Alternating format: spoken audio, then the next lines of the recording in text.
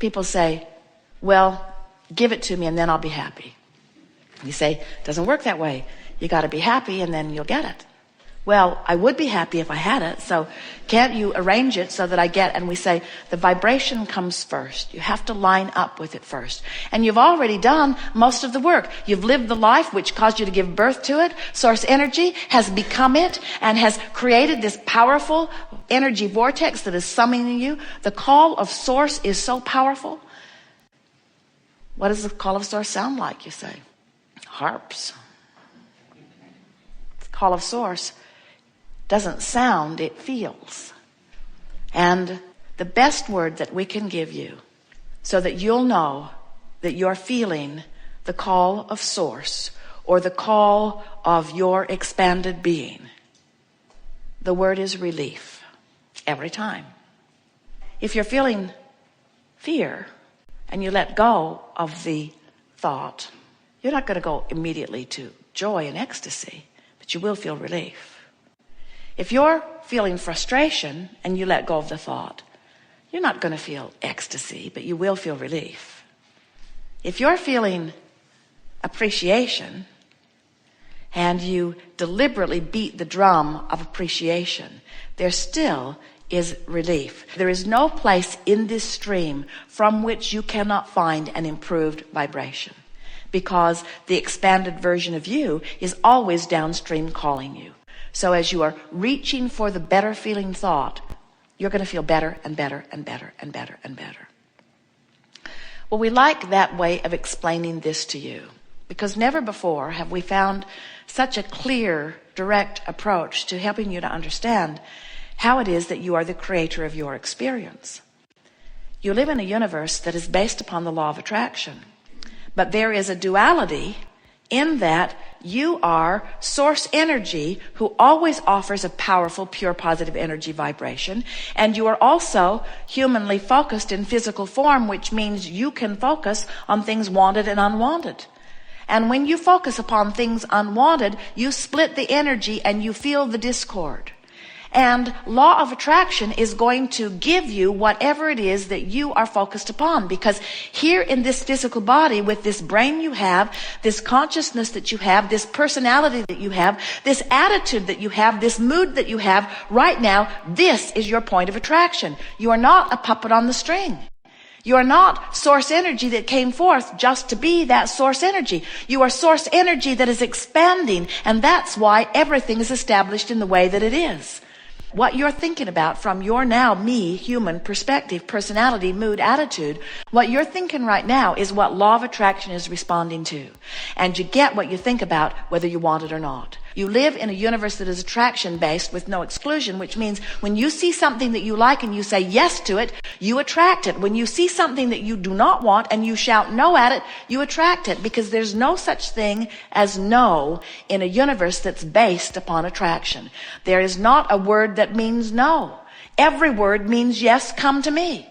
So everything you complain about says, come to me, this thing I do not want. Everything that you see in yourself that you do not like and amplify, you say, stay here, this flaw that I have picked out in my personality. I want you to stay for a really long time, and that's why I'm talking about you again today. When somebody in your life that has a personality trait that annoys you and you give your attention to it, even if you don't talk about it, you keep it active in your vibration, and that person usually is going to give that to you every time you're with them, because it's active in your vibration, and law of attraction is going to say, oh, a match, oh, a match, oh, a match, oh, a match, oh, a match. So if there's something in someone, in some vibration, in some experience that you don't want, and you turn your attention from it and activate something else, and that personality trait walks into the room in this person, and it's not active in your vibration anymore because you have been focused upon other things, now it doesn't match, it doesn't match, it doesn't match, it doesn't match. And you're going to think, I'm having a very nice time. But then if you think, that person who used to have that problem doesn't seem to have that problem anymore, law of attraction says, you have a match, you have a match, you have a match, you have a match, you have a match. In other words, law of attraction is very clever, very consistent in letting you know what's active in your vibration. And isn't that nice to know? Isn't it nice to know that just by directing thought, you can learn to activate a vibration of such abundance that abundance will just find you no matter where you are and no matter what you are doing? Isn't it nice to know that when you get nice people activated in your vibration, that nice people will find you no matter what you're doing, no matter where you are? And isn't it interesting that when you get focused on room service not being good in a particular hotel, and you spend more than 68 seconds talking about it, those bad room service people will follow you all the way across the country to hotel after hotel after hotel after hotel. Because the participants in the universe cannot buck your current. You cannot receive something that's different from the vibration that's going on within you. So you say, how do I know what vibration's going on within me? And we say, look at your life. That's it. And you say, well, my life's pretty good. And we say, we know it is. And you say, except for this thing. And we say, clean it up. And you say, well, let me talk about it. I'd like to tell you about this thing that's going on in my life. And we say, it's better if you don't talk about it. You say, well, I feel compelled to tell you about this.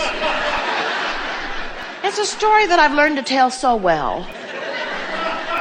And the most important thing about it is I'm utterly right. And this other person's utterly wrong. So if you would just indulge me a little bit. And we say, it's up to you. It's your life you're messing up by telling this story.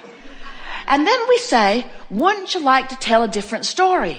And you say, I don't actually know any other stories. And we say, that's our point exactly. You've got to start telling the prosperity story until you feel it before prosperity can be your experience. You've got to start telling the life treats me good story. You've got to start telling the people are really nice to me story. You've got to start telling the it doesn't matter to whom I was born story because I am a pure positive energy being who always finds my way story. You've got to start telling the isn't it nice story. Wouldn't it be nice? Isn't life good? Isn't life good to me story? And the more you tell that story, the more fact you will have to back that up. At first, some of you will say, Abraham, for me to tell the life treats me good story, I would have to tell a bald-faced lie. And we say, tell it. Tell the lie. Tell it. Tell the lie. Tell the lie till you can't tell the difference. You do it all the time.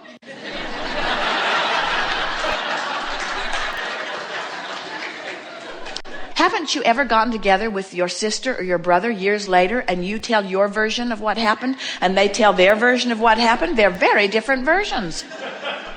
And so we want you to understand that everything is perceptual. And as you tell the story the way you want to live it, as you begin to extract from your past experience the best pieces of it, as you sift through the now and look for the best pieces of it. It's one of the reasons that Jerry and Esther scour the country looking for wonderful places that they can have gatherings like this because they're wanting touchstones. The other day, Jerry and Esther spent a day with Tracy, daughter, and son David, and their children, Kate and Luke. And they went to a hotel in San Antonio, even though that's where they all live. They went to a hotel and rented 2 rooms with a little private swimming pool area, and they had their own private golf carts. And for 24 hours, they did every fun thing they could think of doing in a 24-hour period. Barely slept, played and played and played and played.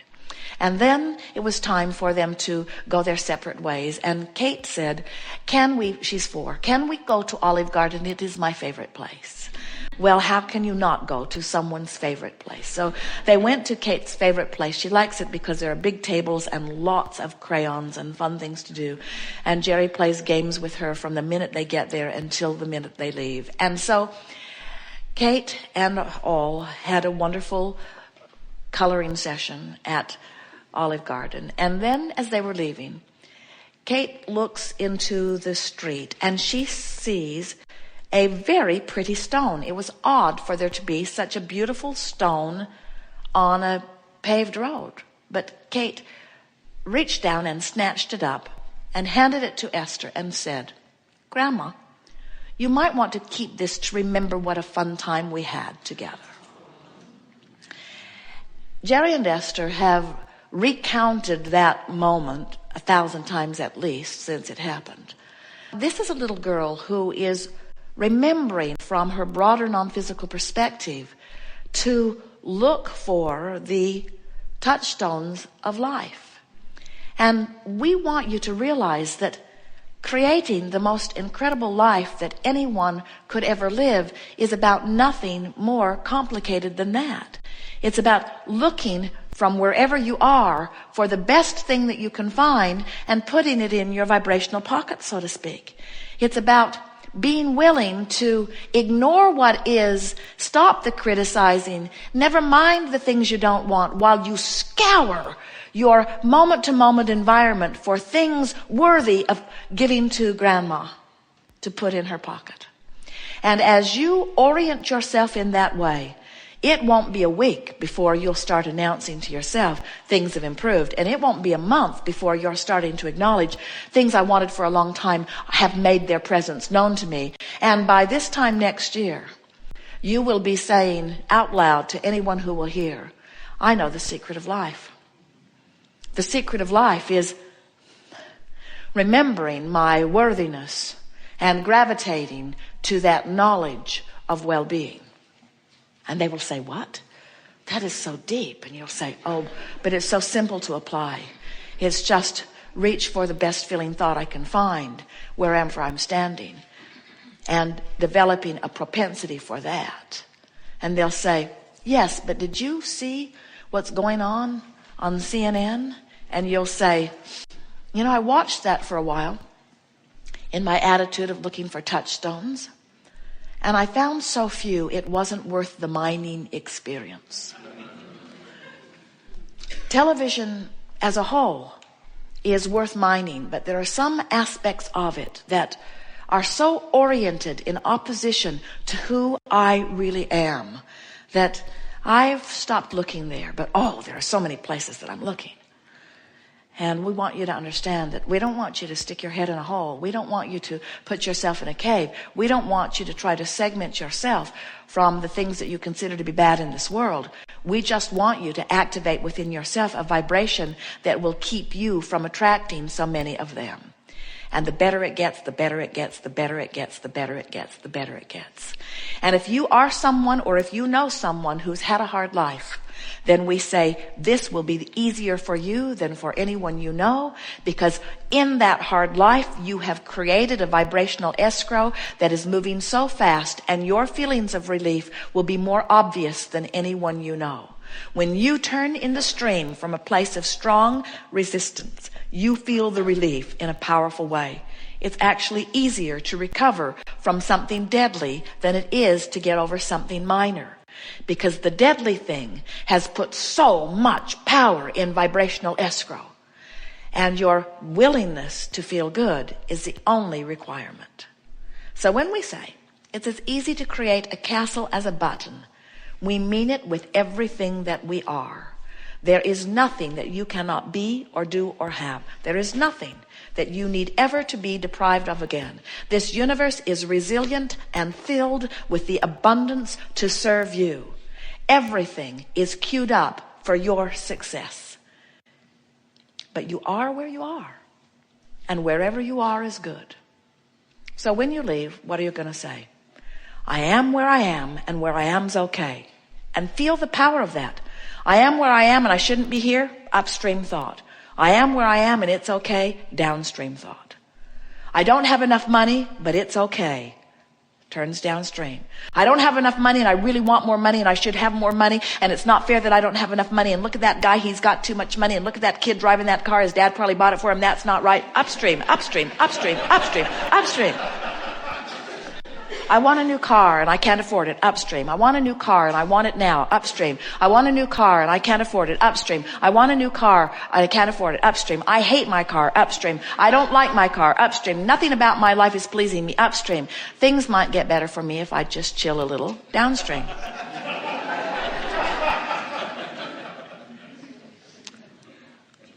So what would you like to talk about? We have satisfied ourselves completely.